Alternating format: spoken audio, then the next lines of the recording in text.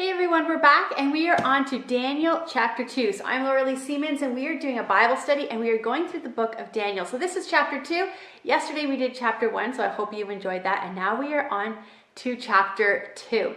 So chapter 2 starts off with Daniel and his friends. They are now wise men, but they're brand new to the job. So obviously the other wise men aren't exactly giving them a lot of respect or even telling them what's happening, what's going on. So this story starts off with King Nebuchadnezzar. King Nebuchadnezzar, you can say that with me if you are new to the book of Daniel. Nebuchadnezzar, you can say that a few times. So he has this dream and it freaks him out. So what he does is he calls all of his wise men. Now, all of the wise men come except for Daniel and his friends who were not even told about this meeting. They don't even know that this is happening because they're just the newbies. Nobody cares about them. Plus, they're not even Babylonians. So they have no respect. So they don't really care about them. So they don't even tell them about this meeting. So King Nebuchadnezzar calls his wise men. They come, they gather all around him. And then he tells them, I had this really scary dream. And I need you guys to tell me what it means. And they're like, no problem, King. We've got it. We got your back. Tell us the dream, and then we'll tell you what it means. And he says, no, because I know you're going to trick me. And I know you're just going to make something up. So if you're real wise men, you'll be able to actually tell me what I dreamt and then tell me what it means. And if you can tell me what I dreamt, then I will trust you that you will be able to tell me what the dream means. Obviously, they can't tell him what he dreamt. That's crazy. If you remember when we talked yesterday in chapter 1, when Daniel was talking to the steward and saying, like, I really don't want to eat this food. And the steward was saying, oh, yeah, the king's kind of crazy. So I don't really want to go against his wishes because he's probably just going to cut my head off. So here you can kind of see why he thought that. So King Nebuchadnezzar is a little bit wacky.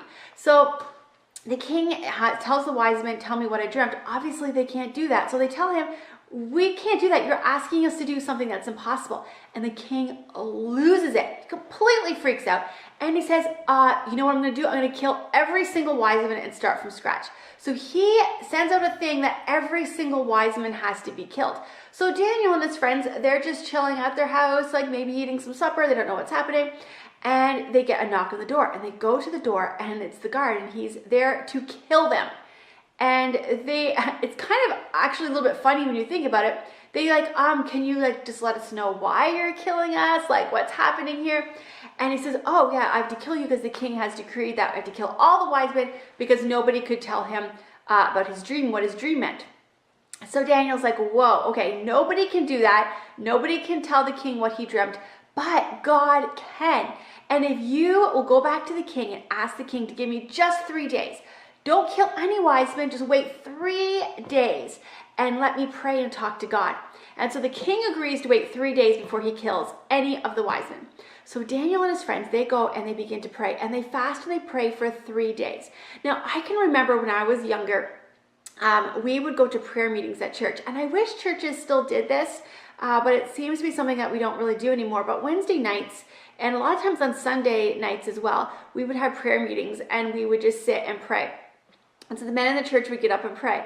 And as a younger person, I didn't really understand the significance of that. And a lot of times I would sit and I would wait. And I remember there was one man who would pray for so long. And I was always just thinking, wow, this is the longest prayer ever. But it was probably only maybe 2 or 3 minutes. But if you can imagine praying for 3 days and not eating anything, and just fasting and praying and talking to God and asking for what was the king's dream. So while they're praying, Daniel has a vision. And in his vision, in Daniel chapter 2, you can see this. He actually has a vision and he sees the dream that the king had. So he sees the dream and he sees the meaning of it. So then he goes to see the king and he tells the king his dream. Now here's a really important verse I want you to listen to. Okay, I'm reading Daniel chapter 2, verse 27. Daniel answered in the presence of the king and said, The secret which the king has demanded the wise men and the magicians and the soothsayers cannot declare to the king, but there is a God in heaven who reveals secrets, and he has made it known to King Nebuchadnezzar what will be in the latter days. Your dream and the vision of your head upon your bed were this. And then he goes on to tell him the dream. So he starts off by right away, Daniel doesn't take credit for this. He doesn't say, well, guess what? I am actually your best wise man, your best musician, your best truthsayer or soothsayer. You should make me number one, because guess what? I am about to make your day. He doesn't. He says right away, this is God. God is the only one who can do this. And then he goes on to tell him his dream. And his dream was that there was a large statue, and the head of the statue was made of gold, and then the breast and the arms were made of silver, and then like the belly area, the thigh area, that was made out of brass. And then the legs were made out of iron, and then the feet were actually a mixture of iron and clay. So there's this huge statue with all these like different types of metals. And then there's this huge rock, and this rock comes crashing down and absolutely destroys the statue. So Daniel tells the king this dream, and king says, whoa, that is exactly it. That is exactly what I dreamt. Now, Daniel, if you remember when I read, Daniel said that God has actually made known to King Nebuchadnezzar what will be in the latter days. So God decided in telling the world what was going to happen from Daniel all the way until the end. Like, we haven't even finished this yet. So God was going to release that information through Nebuchadnezzar, the king who had taken over his people. That right there, we stop and think about God and who God is. I mean, that is kind of mind-blowing. But he gave that vision to Nebuchadnezzar, but then he allowed Daniel, the one person in his, one Jewish person who had purpose in his heart to follow God, to be the one who could interpret it and tell it. So the interpretation goes like this. So every single part of that statue represents a country or a group of people. So the head is gold, and that is Babylon.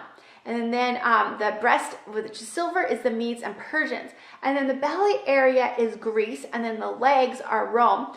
And then the iron mixed with Rome, that is today, that's modern nations, that is like the Europe and then the UN and all of that. That's happening now. So that's actually really amazing.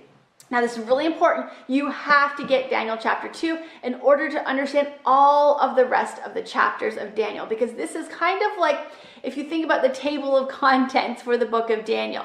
So we have Babylon, then we have the Medes and the Persians, then we have Greece, which is going to be Alexander the Great. Then we have Rome and the Roman Empire, and that is, of course, when Jesus comes to earth. And then we have the iron mixed with clay, because Rome fell, but it's still there, and it's kind of mixed in together with the modern Europe and with the United Nations and all of that that's happening.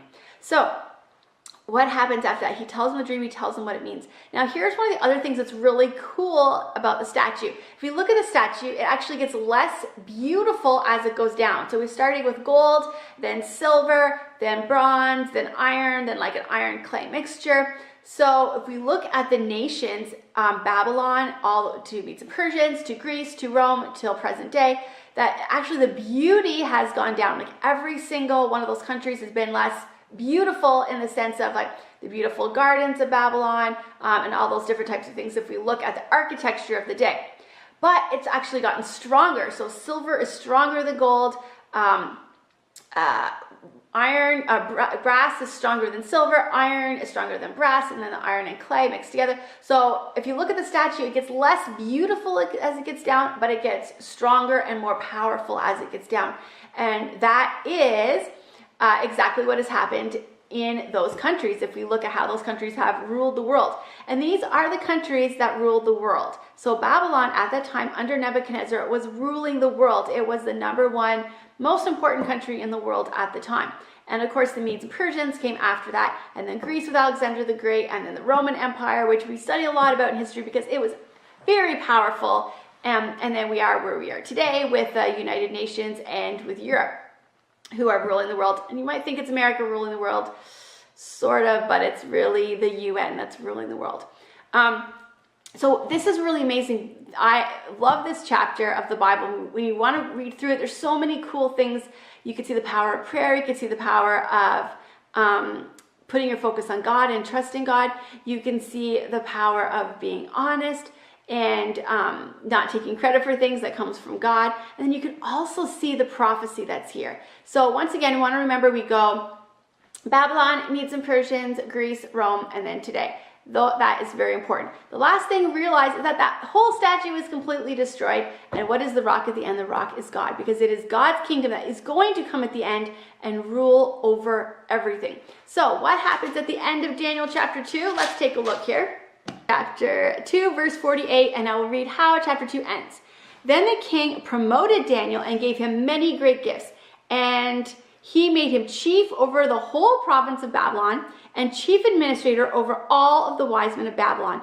Also, Daniel petitioned the king, and he set Shadrach, Meshach, and Abednego over the affairs of the province of Babylon.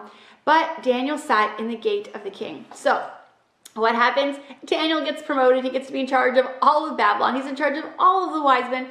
And after that, he's like, oh, actually, could you also do something for my friends Shadrach, Meshach, and Abednego? So they are also given very important jobs. But at this point, Daniel, Shadrach, Meshach, and Abednego are separated. So Shadrach, Meshach, and Abednego, they go on to serve the king together. But Daniel is separated from them. And so we will see that when we look at chapter 3, where we look at what's happening to Shadrach, Meshach, and Abednego, and Daniel is not there because he is separated. So tomorrow we're going to be looking at chapter 3, but for now, open your Bible now that you know what chapter 2 is about and start reading it. I hope you enjoy. I'm Laura Lee Siemens, and this is the Bible study, Daniel chapter 2.